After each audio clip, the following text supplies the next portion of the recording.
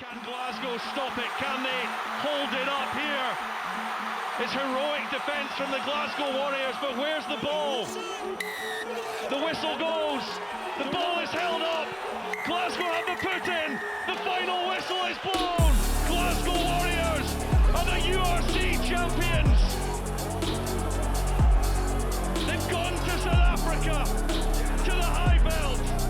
They've come from behind, they were 13 points down with 40 minutes on the clock.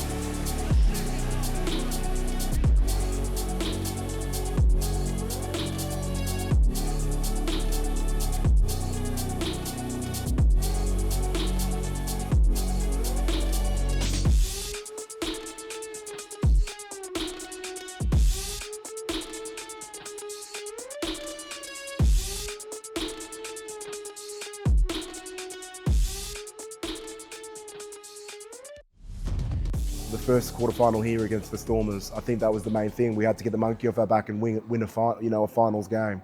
And then I think once we did do that, it instilled an incredible amount of confidence in the group and it galvanised the group, that single victory, in my opinion. I think we were confident. I mean, it's very easy to say that now in hindsight, having won it. But I think we were in a very good place. We'd played particularly well in the build-up to the final. Of what has been such an intriguing encounter between these two. It's not been the tri-fest maybe that many thought, but well, that ball has gone loose and the chip through man across the problem and touchdown by Ross Thompson on appearance number 50. His final moment at Scotstoun Stadium is to touch down for a try. And the Glasgow Warriors are heading to Thomond Park for a semi-final. I look back at that time as probably the best time of my life. Lara gave birth on or her water broke on the night of the Stormers quarterfinal after the game. And then I missed the first couple of days of training. And I kind of just feel like that was for a reason, genuinely. I believe in God and I believe those things happen for a reason. And I think at that time of my life probably instilled that little bit of extra that I needed to, get myself up for the last two games of the season and, put my hand up as a main contributor in the team. It was almost perfect the way it worked out, having a quarterfinal at home, against the Stormers, a massive side, being able to tick that off and win a big game and then going away to Thomond Park, not a place we've had a lot of success in the atmosphere and the team Munster are at home. I think there was such a good feeling in the team. Basically from that quarterfinal and semi-final, especially semi-final winning away, I think that was quite a big sort of monkey off our back. Glasgow Warriors are first. They looked back to their best last week as they saw the dangerous DHL Stormers at Scotstoun. And have they timed it? Horn encouraged to get the ball out of there. He's been told to use it. Now it's delivered back. And the ball goes out. The clock goes red, and the final whistle is blown. A semi-final for the ages. And for the Glasgow Warriors, the sweetest of victories to come to Thomond Park and knock out the defending champions in their own backyard. Well, this is a victory that will be talked about in Scotland for years to come. I mean, Munster's record at home speaks for itself. And in recent years, our rivalry with Munster has been right up there. So it was a great place to go and a great place to win. You could just sense that the team was very confident in what we could do, and we knew that we could go and put out a good performance and test the team, and that definitely gave us confidence to go to those big places and go and win. I've been asked this question and I've told this story a couple of times now about how quickly I was on the laptop, and the tale goes that as soon as the final whistle went, I was on the laptop speaking to the travel agents, and I was speaking to Destination Sport through the URC, who worked through the night with myself to get the flights booked. It was a challenge, but at the end of the day, we got everybody there by the Tuesday.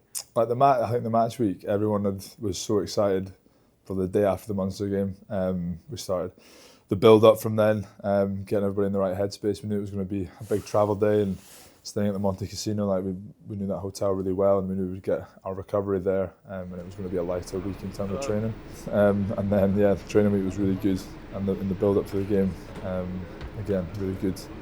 That week was special, like the excitement, the energy. I remember that first training session that we had out there, and obviously like the bit of turnaround from Munster, we're coming in, and everything happens late then. You know, when you're in finals, the travel happens late, you're booking tickets late, there's different groups, there's different flights, but by the time we got over there and we had the first training session, it was just cool to see the level of comms up another level, the intensity of training, while that's always high, just everybody dialed in to 110. So I think when we saw that from that training perspective, we were going, this is a group of guys who go out there and face any team in the world and has a bloody good shot. We stayed, I think, the night before in the hotel outside the stadium, played a couple of games of poker, and all the boys were watching a few other bits of rugby, and the build up to the game was incredible. A lot of Warriors supporters in the hotel in the morning.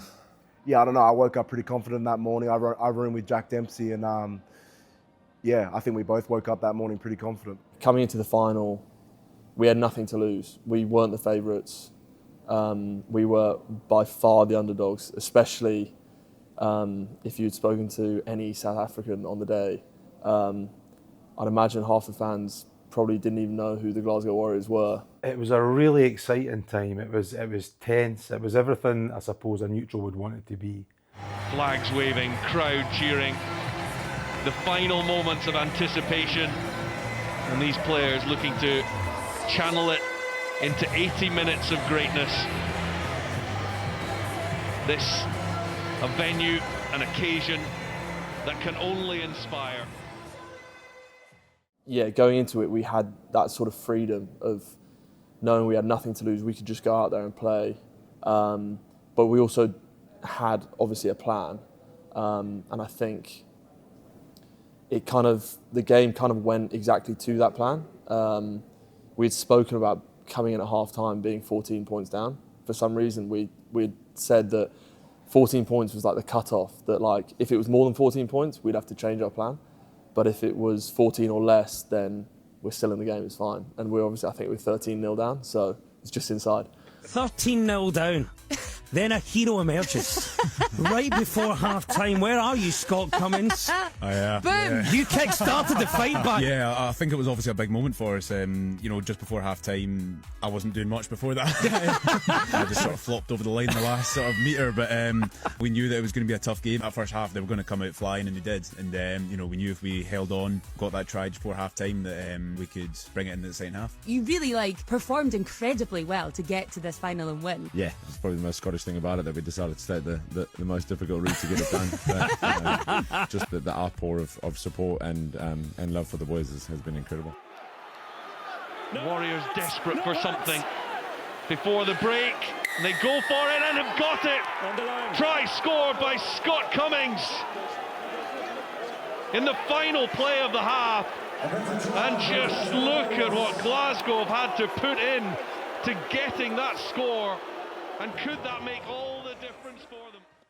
But we came in and it was almost like we took confidence from that. We were like, lads, we've got this. We're going to win. Even though any other sort of league game, you'd probably be thinking we've got to do something different here. But yeah, we stuck to the plan, and obviously eventually it paid off. We knew that in the second half we were going to get better. We are often a second half team that when other teams get tired, we back our fitness and we back the depth that we've got in the team that we can move the ball a bit more. So I think we basically said just more of the same, stick with what we're doing. Turner and Mackay, well picked up by Jordan. Here's Kyle Stein again with Hugh Jones alongside him. The Warriors are in for try number 3, and for the first time in the grand final, Glasgow Warriors leads. I love the end of games where you've won and the team, even if they score, they can't win.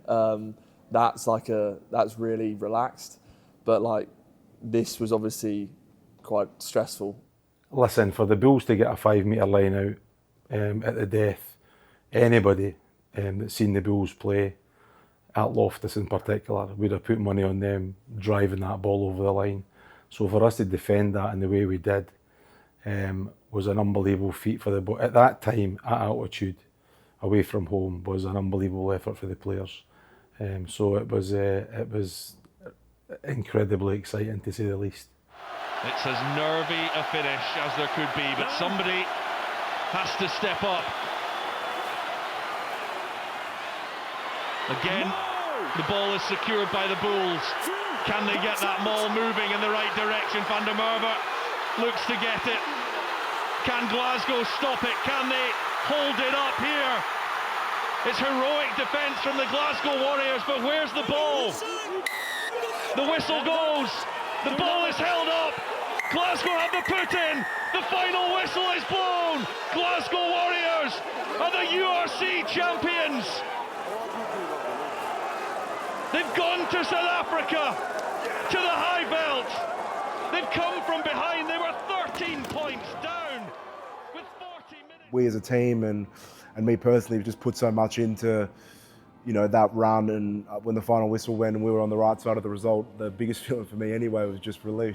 Yeah, just huge relief when that maul went down, and he obviously hadn't given a penalty, and I thought everyone just dive in, get on top of it, make that, just kill the game. So just huge relief. And then my favourite bit was seeing all the subs running towards us.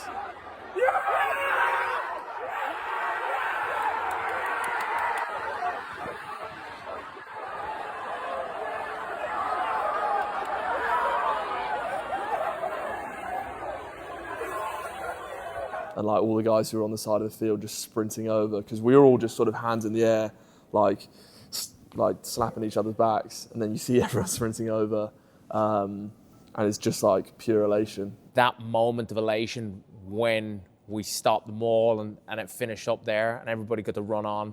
One is disbelief, then it's this is it, we've done it, it's come to fruition.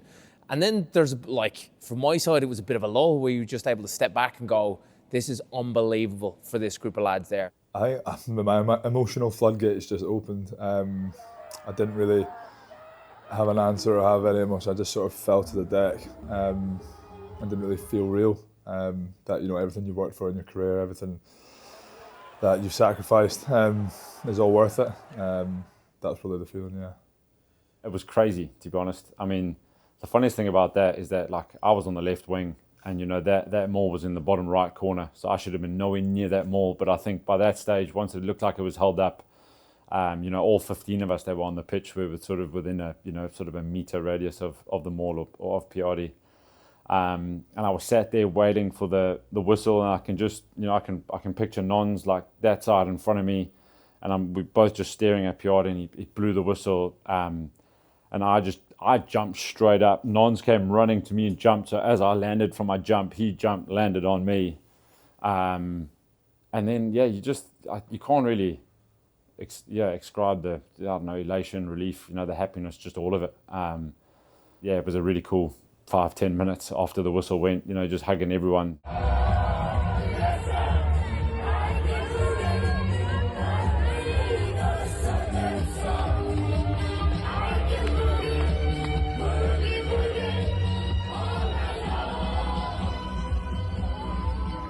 And obviously, everyone was too excited to even consider showering. So we obviously got on the bus and went back to Johannesburg, and the bus probably stank when we got off it. Just beer everywhere, and everyone was sweaty and muddy and pretty horrible. But yeah, we didn't care.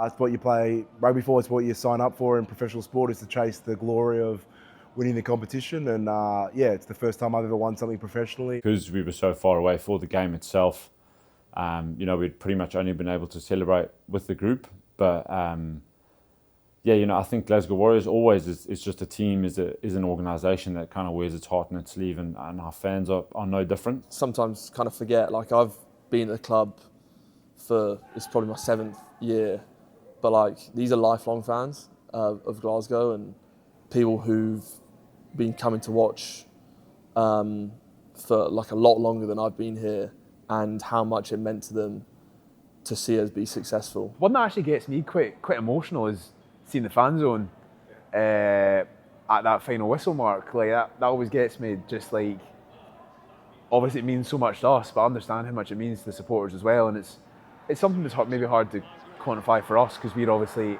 in there playing, and obviously, you know, you hear the fans celebrating and things like that. But I think in that moment you hear the cheers and the sort of, not disbelief from the fans, but the sort of amazement that they were like, wow, we've actually done this. And I feel like that's shared in us, that there was people back at home, you know, loved ones as well, that were celebrating it the same. Relief, excitement, pride, like the amount of work that gets done from the group of men that we have in here behind the scenes that nobody else sees is astronomical. Like the mindset of this group of players to just continue pushing boundaries every day. So yeah, relief, elation, pride. They're so proud that a group of men has been able to go through there and get what they deserve, get the result that is, you know, concomitant with the amount of work that they have put in across the season. I think that feeling of finally winning something is going to be a feeling that I'm going to chase for the rest of my career. And I already feel like, in fact, that I'm hungrier this year than what I was last year, because I've tasted victory now, and I just really want to get back to the promised land and you know, share these memories with my mates. And you know, if I really believe that we can win again this year, and obviously there's a lot of hard work and, you know, difficult games in between now and then, but it's something that I'm chasing, and yeah, I feel like I won't stop chasing until I get it.